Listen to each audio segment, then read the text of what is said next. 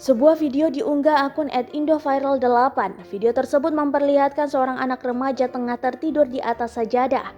Gaya tidurnya pun seakan tengah sujud. Salah seorang pria tiba-tiba datang membangunkannya. Dengan tatapan mengantuk, anak remaja laki-laki itu terbangun.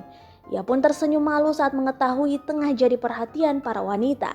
Ia lalu mencoba berdiri dan meninggalkan tempat tersebut. Namun kakinya seakan kesemutan, sehingga ia pun mencoba tetap pergi dengan menggunakan satu kakinya sambil melompat.